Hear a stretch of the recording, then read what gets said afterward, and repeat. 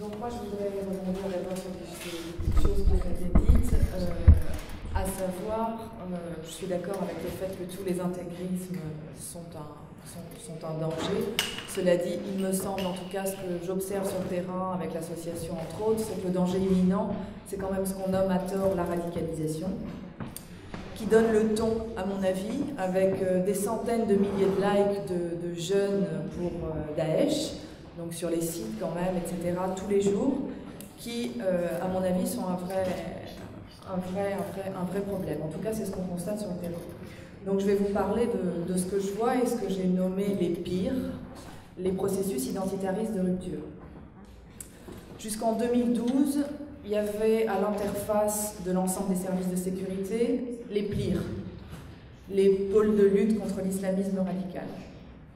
Or, depuis 4 ans, aussi bien dans les médias qu'au niveau de la communication gouvernementale ou dans le discours de certains dits experts, le combat contre l'islamisme, c'est devenu une lutte contre la radicalisation. C'est-à-dire qu'on a remplacé le I par le R. On a supprimé l'islamisme et on a mis l'accent sur le radicalisation. Donc du coup, on se retrouve avec, à mon avis, des faux débats du type Gilles Kepel, Olivier Roy, radicalisation de l'islam, islamisation de la radicalité, des recherches scientifiques, c'est-à-dire qu'on finance des postes universitaires sur la radicalisation.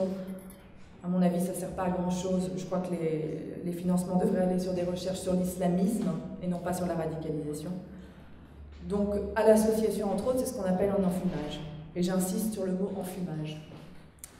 Parce que là, en l'occurrence, ce qui serait la seule vraie radicalisation, c'est une véritable position idéologique, politique, islamiste, dont l'objectif, clairement antidémocratique, vise à bouleverser la société à l'extrême pour remplacer notre démocratie par une théocratie régie par la loi de Dieu.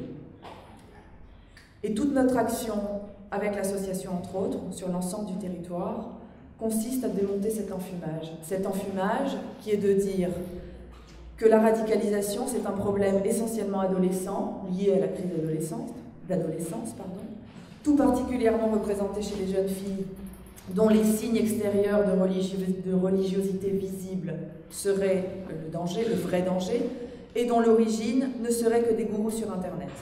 Alors que tout ce que j'ai entendu depuis ce matin, ce que j'entends depuis le début de l'après-midi à cette table, et évidemment tout ce que nous renvoie notre terrain au quotidien, prouve qu'il s'agit de toute autre chose. Le problème s'étend de 8 à 45 ans, à minima, et la pénétration des mentalités intégristes islamistes se fait par de tout autre vecteur qu'Internet. Alors Internet, ça vient booster, c'est inévitable, mais ça ne démarre pas par là. Et si on ne prend pas ça, ces éléments-là en compte, on passe à côté des véritables dangers. Alors évidemment, le danger du spectaculaire terrorisme islamiste, au sein duquel se loge l'idéologie djihadiste, qui est le reflet d'un mental particulier, un mental anti-républicain, antidémocratique, anti-modernité. Mais c'est aussi et surtout le travail de sape plus insidieux, des principes de la liberté, de nos fondements, qui produit donc ce que j'ai appelé les pires, les processus identitaristes de rupture. Ces processus, ce sont 3 temps. Ça démarre par une affirmation et une revendication identitaire comme musulman, qui est au départ une coque vide, c'est ce qu'on voit vraiment sur le terrain, mais en tout cas déjà l'affirmation d'une position de rupture.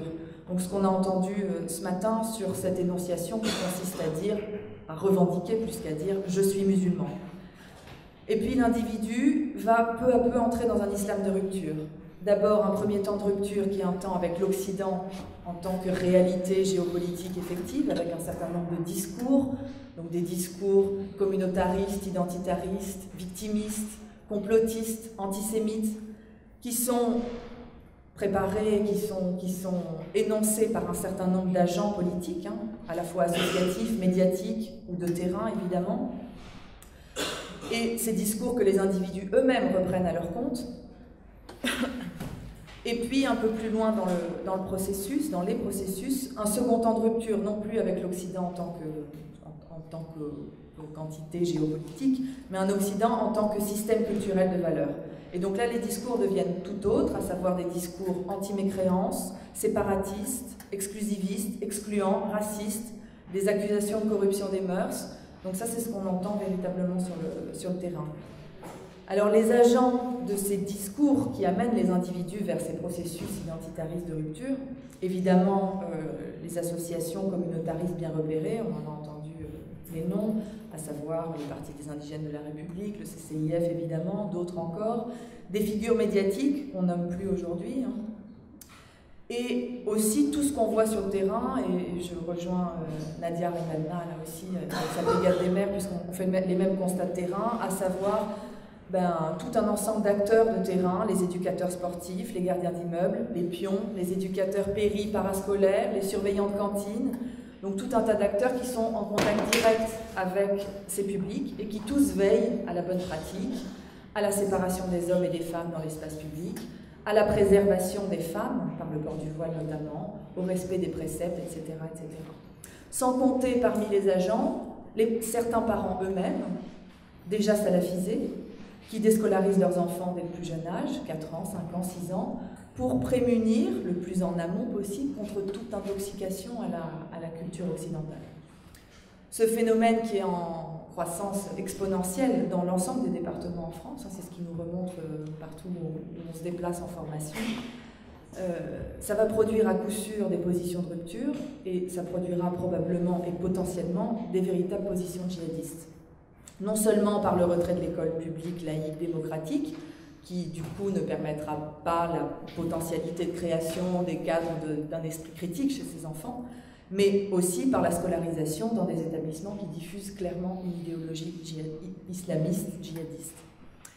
Et enfin, je vais terminer par ça, donc ce que je vois également sur le terrain, donc quand on est en formation dans les établissements scolaires au sein de l'éducation nationale, c'est toute la souffrance des professeurs qui sont totalement démunis face à leurs constats et à leur vécu quotidien face à un certain nombre d'élèves auxquels ils sont confrontés, c'est-à-dire donc dans les collèges et les lycées notamment, des oppositions qui sont de plus en plus violentes à l'égard de ces profs.